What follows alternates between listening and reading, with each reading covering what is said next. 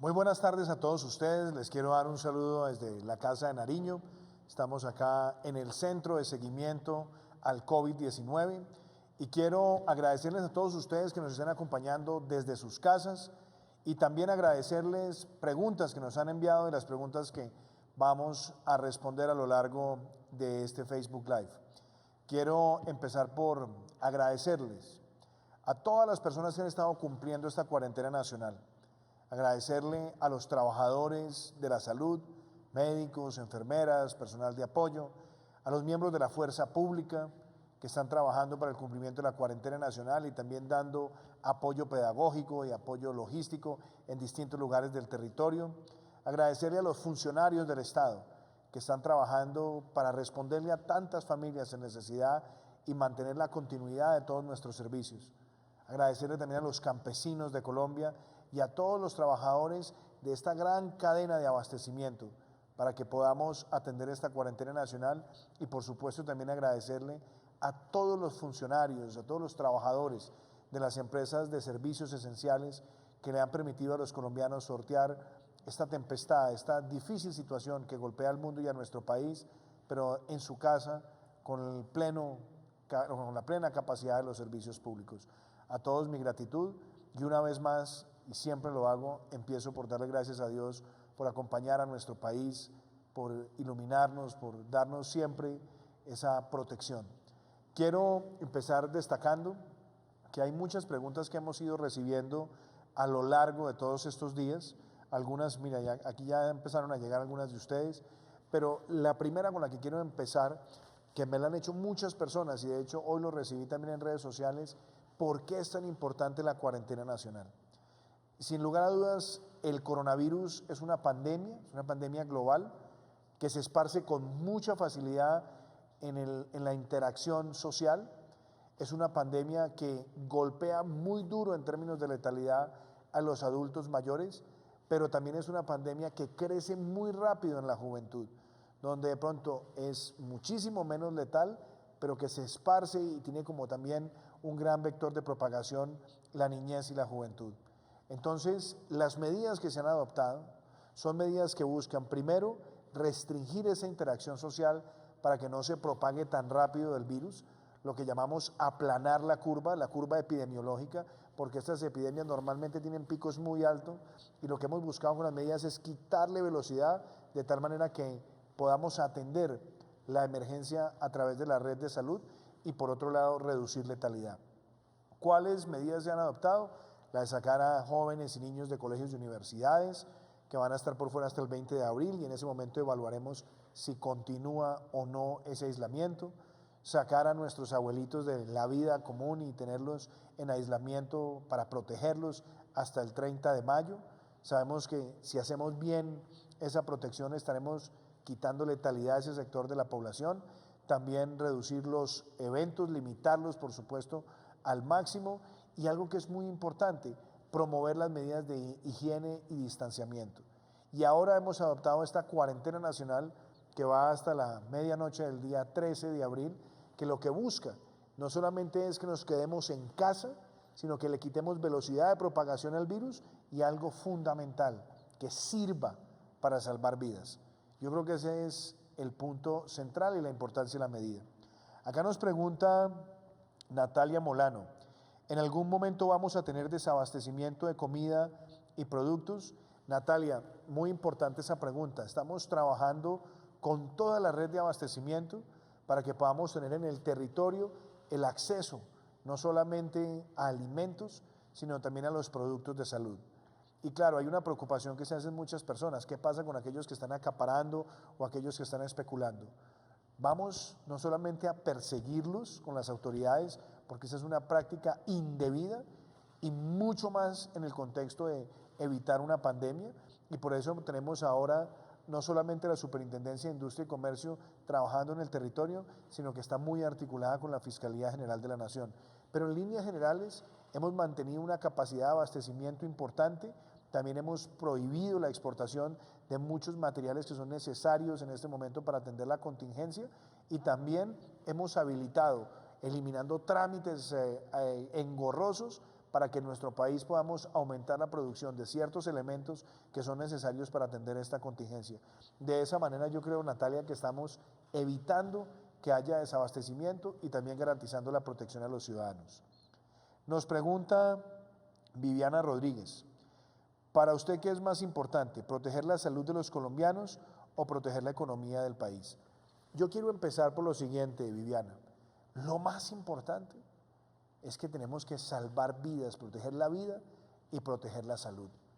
Y muchas personas han tratado de sembrar una especie de falso dilema, donde la protección de la vida y la salud sea incompatible con la protección social y económica.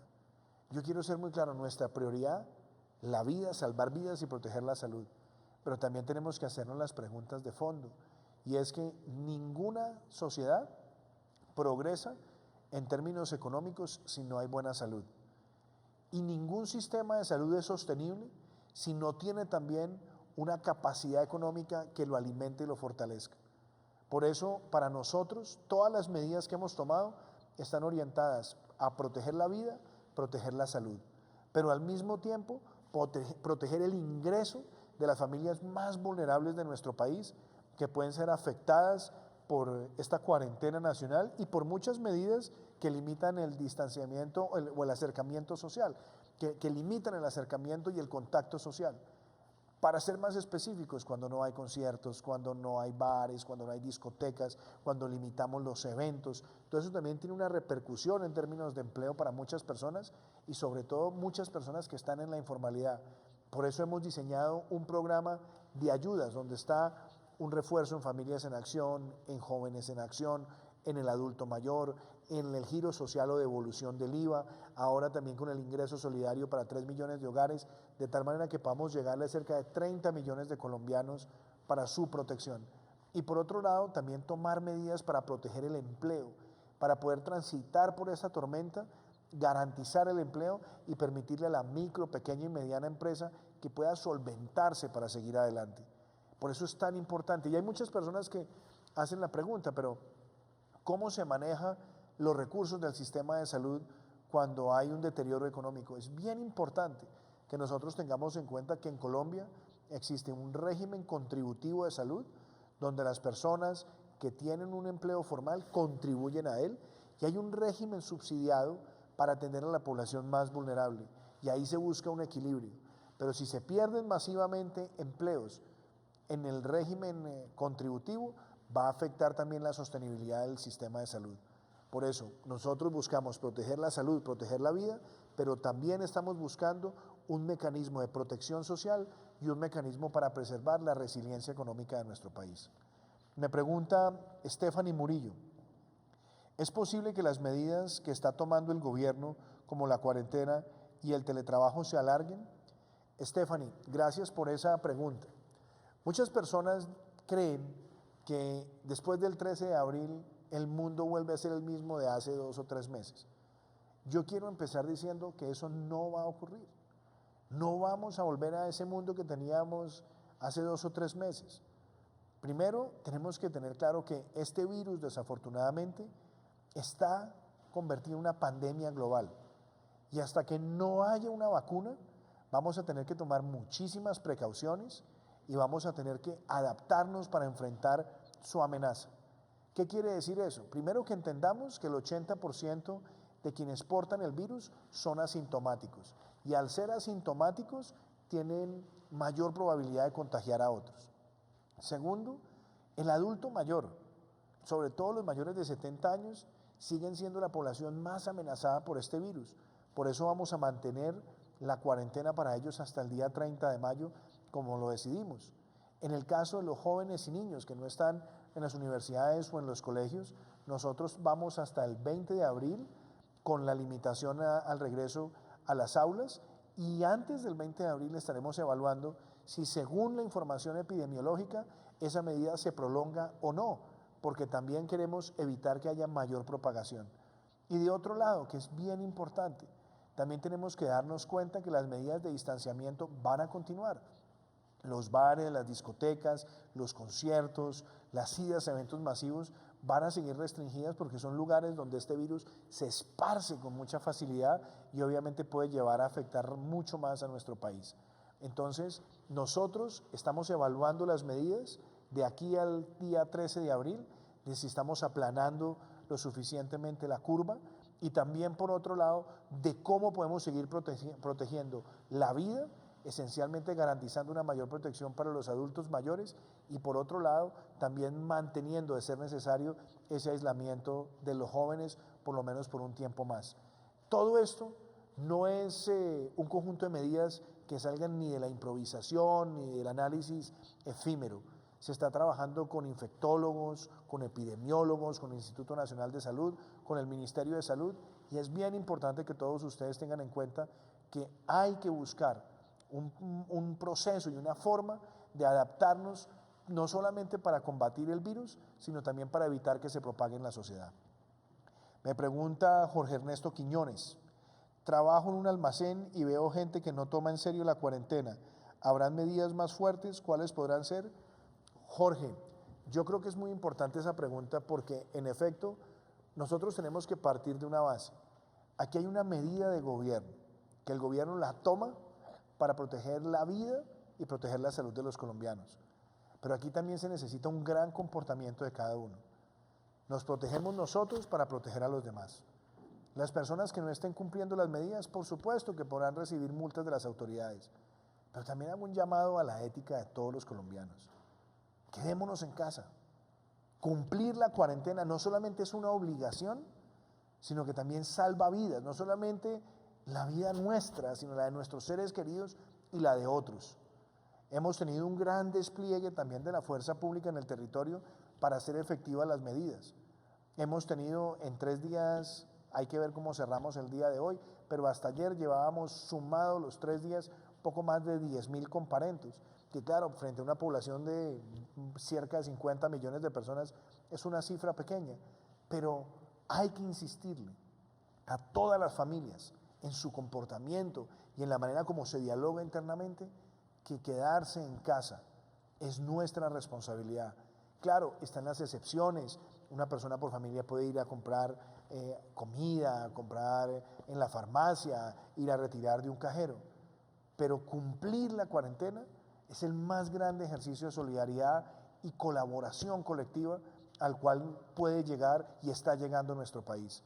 Pero también las autoridades están en el territorio haciendo cumplir la medida, y yo creo que si vemos a alguien que descaradamente quiere burlarla, nos toca a nosotros mismos también ejercer esa presión y ese control social. Nos pregunta Óscar Cortés: ¿qué va a suceder con las empresas pequeñas que no pueden continuar operando por falta de recursos? Óscar, gracias por esa pregunta.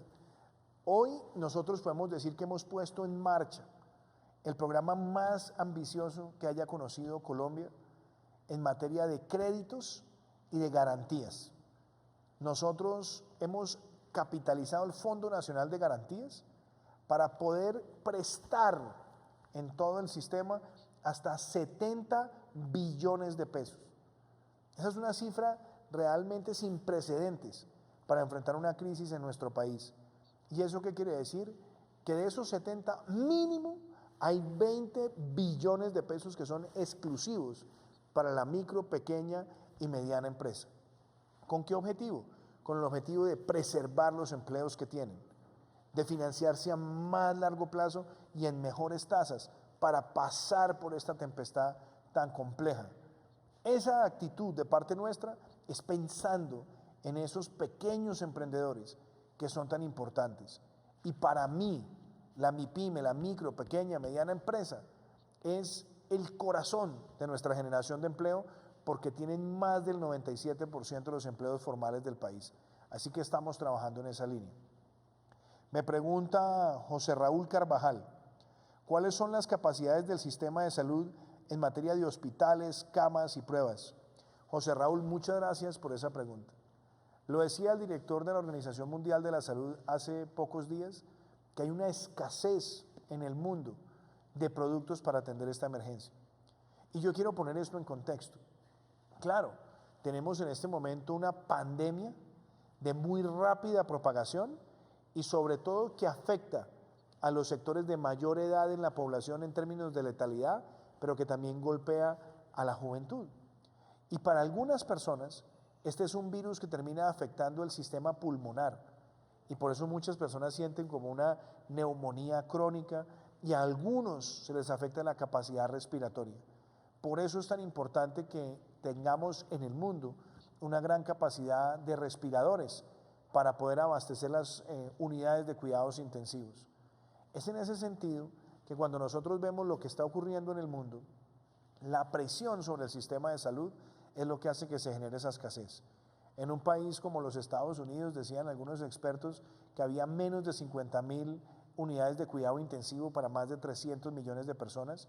En nuestro país teníamos habilitadas aproximadamente unas 5.600 unidades de cuidados intensivos, de las cuales estaban ocupadas alrededor de la mitad, es decir, tenemos en este momento habilitadas cerca de 2.600, pero estamos poniendo en marcha un programa con el Ministerio de Salud para duplicar y triplicar esa capacidad de tal manera que podamos enfrentar la contingencia. Claramente, aún duplicando y triplicando, podemos vernos cortos frente a la capacidad que tiene este virus. Por eso es tan importante proteger a los adultos mayores, aislarlos por esta cuarentena que ellos tienen hasta el 30 de mayo inicialmente, porque si a ellos los golpea la enfermedad, son las principales personas que van a llegar buscando atención en las unidades de cuidado intensivo. Y por otro lado, una cifra que hasta ahora es positiva en el caso de Colombia, es que más de 450 casos están siendo tratados en las casas. Y eso quiere decir que hay manifestaciones leves o moderadas también del virus y eso nos permite a nosotros monitorear cómo se está comportando la epidemia en nuestro país. En el lado de camas, que es una pregunta que también hacías, es que estamos habilitando unidades de cuidado intermedio también para tener camas y hemos venido habilitando de la mano con alcaldes y gobernadores nuevas infraestructuras al servicio de la protección de la salud.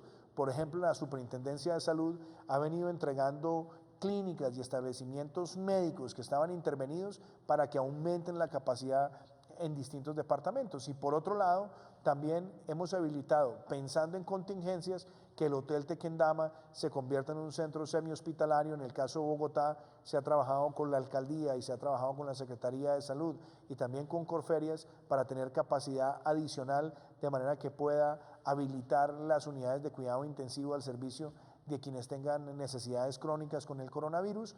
Y quiero también destacar que nuestros equipos de las fuerzas militares y de policía también están habilitando infraestructuras complementarias. De hecho, en el Hospital Militar de Bogotá se han puesto a disposición cerca de 173 camas, también con carpas que tienen la posibilidad de ser hospitales de campaña para que puedan fortalecer la capacidad de respuesta.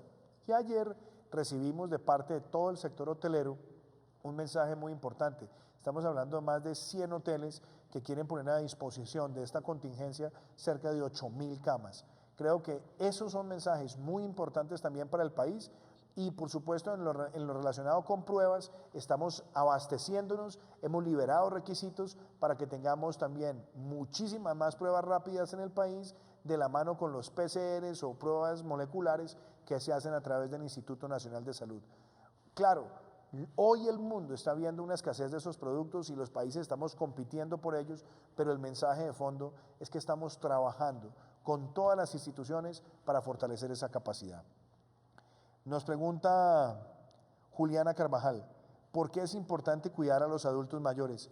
Juliana, gracias por esa pregunta, porque cuando vemos cómo se comporta el coronavirus en el mundo, nos damos cuenta con que el sector que más se contagia son los jóvenes, pero donde tenemos la mayor letalidad, es decir, la tasa de personas que mueren como proporción de todos los contagiados, estamos hablando de los mayores de 70 y los mayores de 80 años. Por supuesto, en los mayores de 60 también hay un riesgo más alto frente al resto de la población, pero donde es más letal este virus es en los mayores de 70 y los mayores de 80.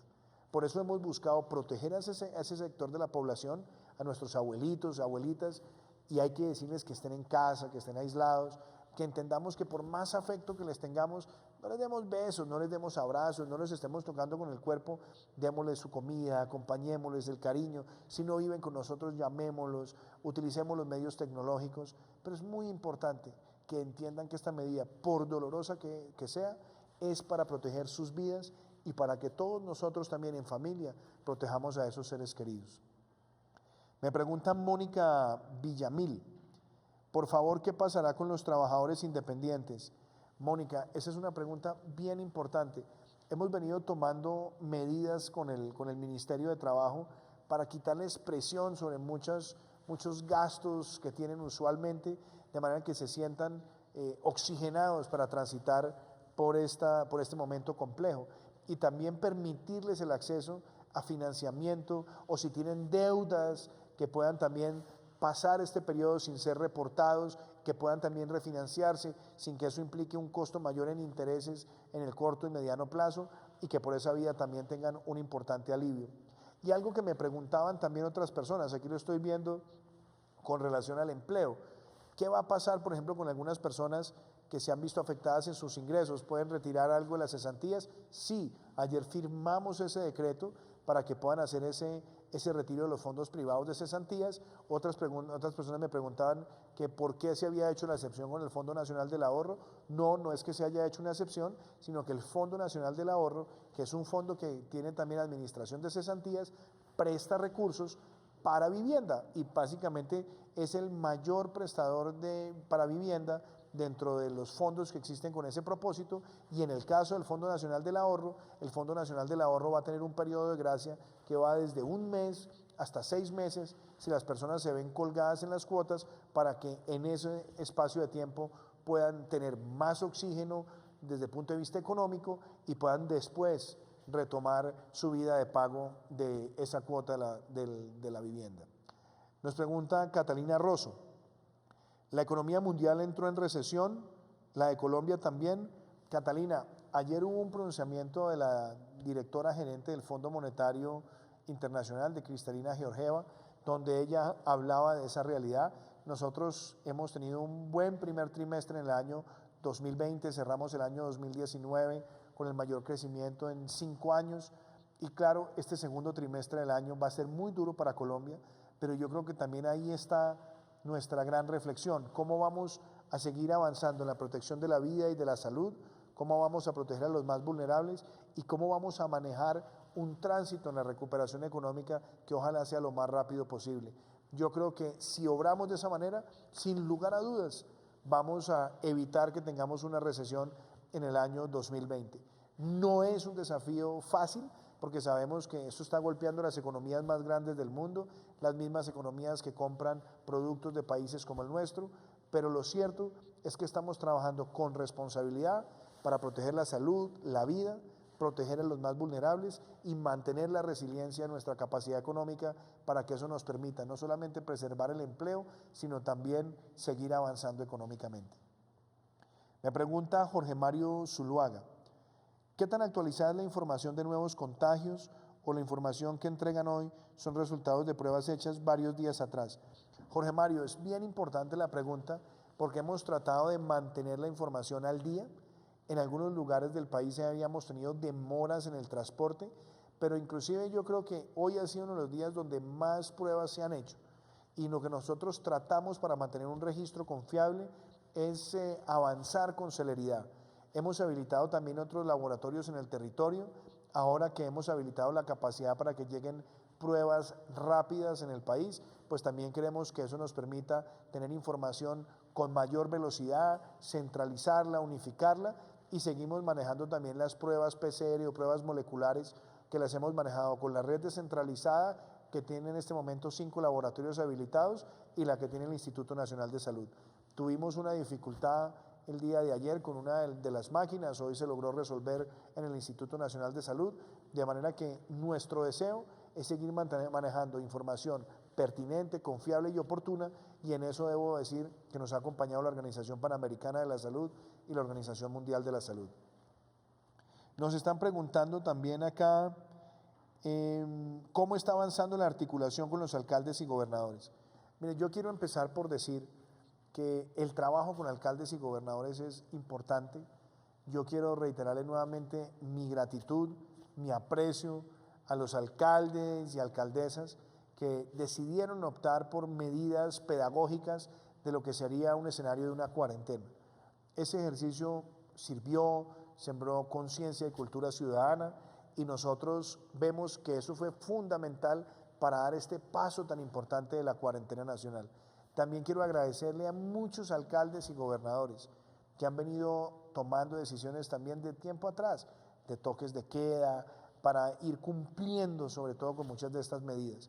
Hoy tenemos una cuarentena nacional y son ellos en los territorios los que están trabajando para que se cumpla.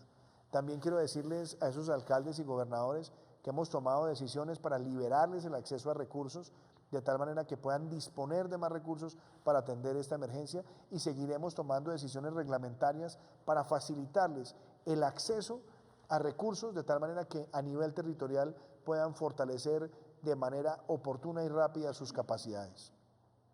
Me pregunta Carlos Ignacio Giraldo, y la protección para el personal médico. Carlos Ignacio, gracias.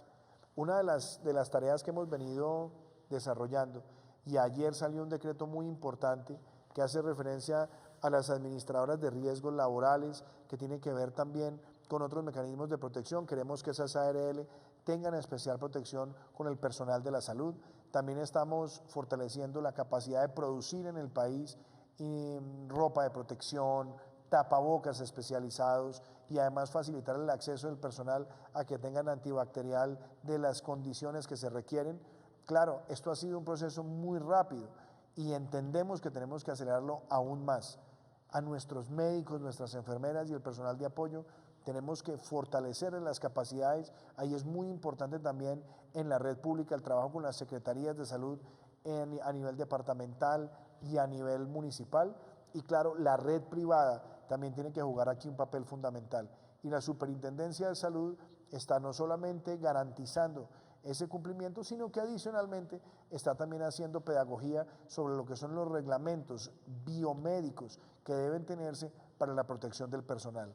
Para mí es una obsesión, sabemos que tenemos que acelerarnos aún más, hay cosas que yo quisiera que se estuvieran moviendo más rápido, pero todos los días, como decimos de manera coloquial, estamos poniéndole todo el acelerador para que tengamos una red donde ese personal se sienta respaldado y acompañado.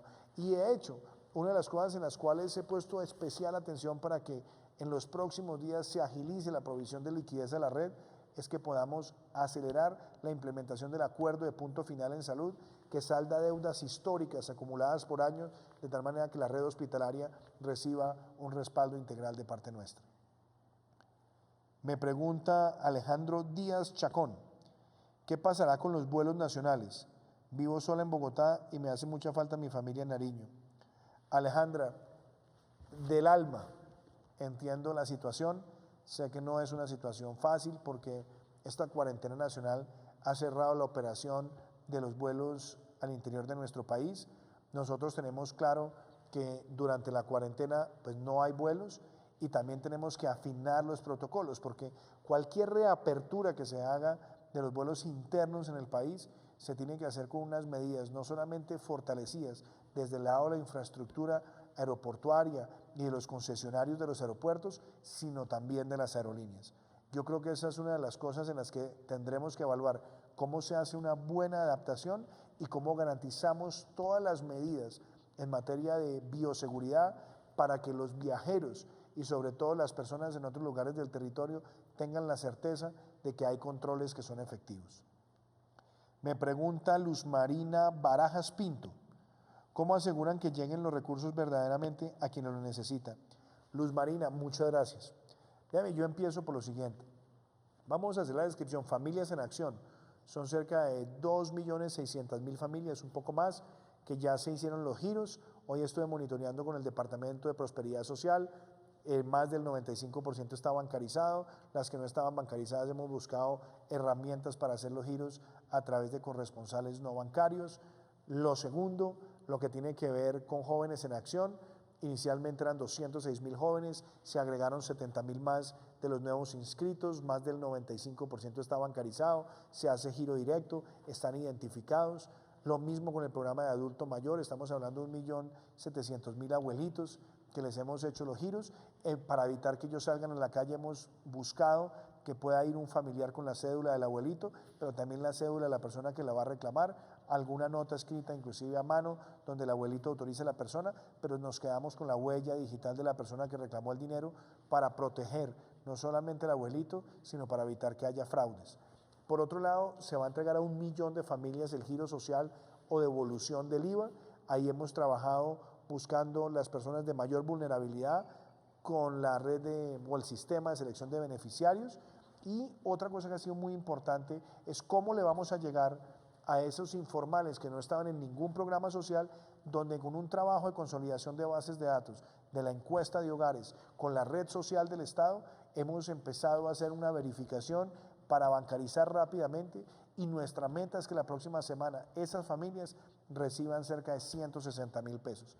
Todo este esfuerzo es para que 30 millones de colombianos, más de 10 millones de hogares, reciban estos giros que son tan importantes en una tempestad tan complicada. Es el esfuerzo más grande que se ha hecho en movilización de recursos por parte del Estado para atender a la población más vulnerable. Me preguntan también, y me parece una pregunta muy oportuna, ¿cómo vamos a hacer nosotros para garantizar que los trabajadores se sientan también protegidos en la administración de las cesantías? Vuelvo y explico, hoy en día, gracias a la labor que ha cumplido el ministro Ángel Custodio Cabrera, sacamos un decreto que nos permite hacer los retiros si nos hemos visto afectados en los ingresos. Esa es una medida también excepcional que protege a muchos de los trabajadores.